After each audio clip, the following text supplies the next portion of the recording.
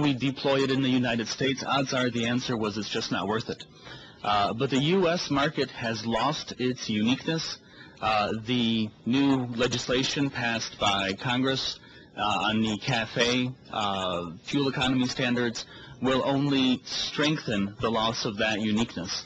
And that really amplifies this conversation. It's a great increase in the odds, because now our consumers are a lot more willing to consume the types of vehicles that consumers around the world were consuming and that the automakers of the world have become very good at making.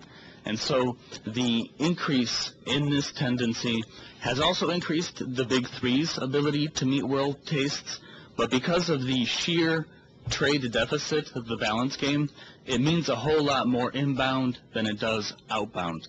And I think it really makes this conversation on the KORUS FTA much more important today, in light of what has already happened and in light of what we know will take place because of the U.S. legislation. Thank you very much.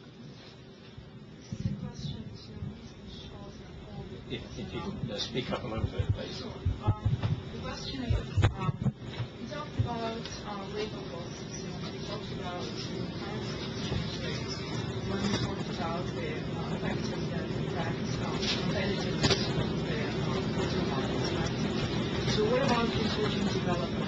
Do we have any understanding in terms of the investment into research and development when it comes to Korea and the U.S.? Do we have any statistical data how these two countries compare in terms of the investment into research and development, and what would be the priorities when it comes to research and development? Well, I think that's probably better directed to our experts from the industry.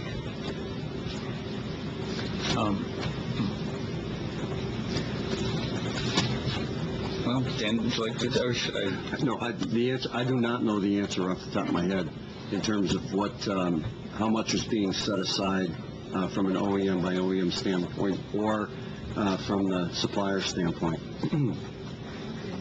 But do we understand, do we agree that this is one of the factors that is important when it comes to competitiveness, right?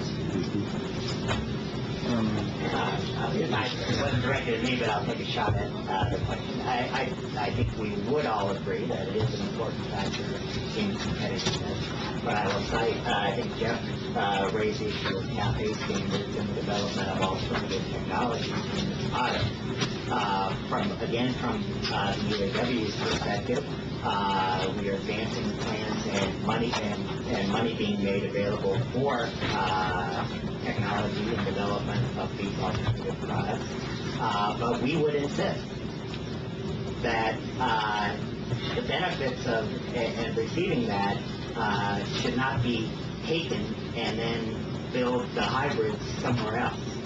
So again, from our perspective, the CAFE standards was an extremely difficult issue for our membership.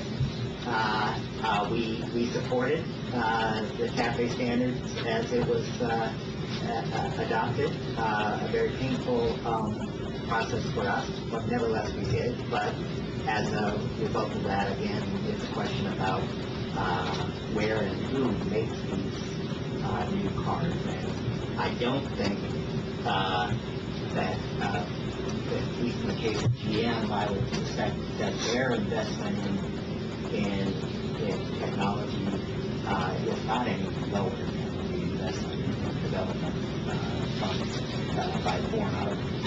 Very, very quickly, R&D has two distinct components: research and development. The development is very investment, requires extensive investment. The research is being done quite extensively in companies, between companies, in partnerships and ventures. I know GM is doing quite a bit, and this is an area where the private sector is already moving quite quickly ahead on a global basis.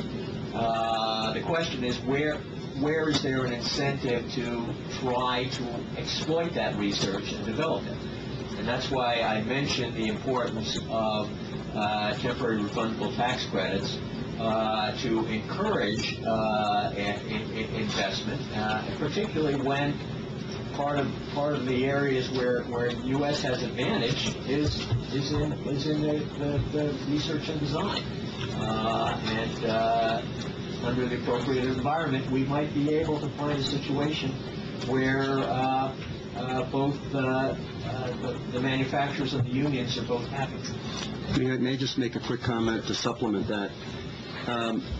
I agree with what Jeff just said. And what made the question difficult to answer is that I think across the board, vehicle manufacturers are in effect outsourcing design, development, engineering to suppliers who are capable of delivering. It's estimated that over 50% of the engineering development is now being provided by the global Tier 1 suppliers.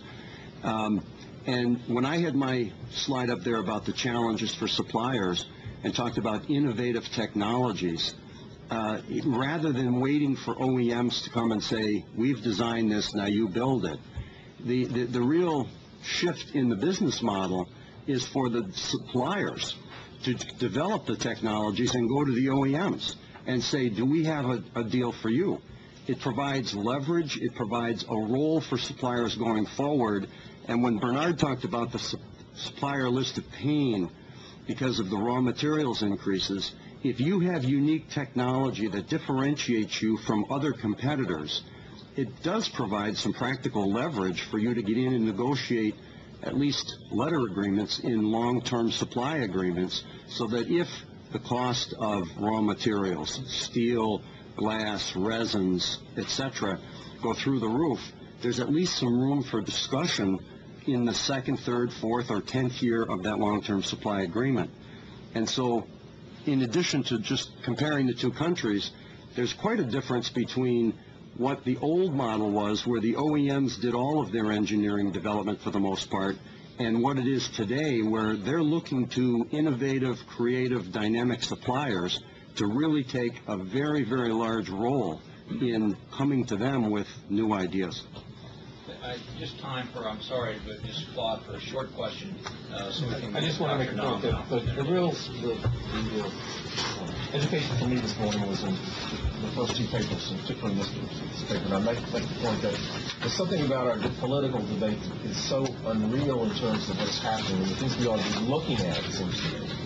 And this will bring me back to criticize the companies, at least in the political debate, to defend the union. And that is, where's the production going to be? And that map that one of you put up about the 2014 or 2019, whatever it was, where are you going to put it later? Well, all of our companies in the United States, and that's true around the world, are thinking strategically about where you're going to produce things. It's not so much the exporting, though that will be a part of it. But that's really the key. And that really points up the hypocrisy of Ford and Chrysler in defending this, because they are as quickly as possible trying to shuffle off production to where necessarily as a business model to where they can compete. And Ford has now offered almost all of its workers, if I understood those recent, buyouts. On General Motors' point of view, it is doing the same thing. And from General Motors' point of view, it's not so much the hypocrisy, but a kind of cowardice so far, because they know that their business model is like the other ones, and they should be defending this agreement because it furthers that. Now, I think the union's in a different position, and there I was going back to Jeff's point, is I think where there's an obligation to the work, these jobs, McCain got hit for it in Michigan. He was right. A lot of these jobs are not going to come back. There is an obligation for the retraining or for whatever else, but we're not going to, and where I disagree with Mr. Meyer, is he said, where is that hybrid going to be made? We can't guarantee that hybrid is going to be made here. But we can do something about some sort of transition, but it is a lie to tell the union that somehow that we can guarantee this. Just look at what has happened in the last decade, without any changes in liberalization, and what has happened to employment. It's gone down, but productivity has remained the same. So I do think that is where we ought to be focusing on the new business model. And I agree with Jeff that it wasn't that. My only point about it, I don't care about it. But automobile industry, as a matter of principle, I don't think the government ought actually to We have all these special policies for particular industries. So what I'm saying, I agree with Jeff, as some sort of investment tax credit or whether you want to do that, which is across the board, that has to do with our general business environment, I'd be very much in favor of. But it's that somehow we're getting the situation, I hope we're not, that we have been in with textiles for 40 years, where we keep pouring our steel, we keep pouring either tariffs or anti-dumping or subsidies, and they keep going down. It's a waste of money. Sorry. Thanks very much. Now, I appreciate everybody's input. I am down to allow the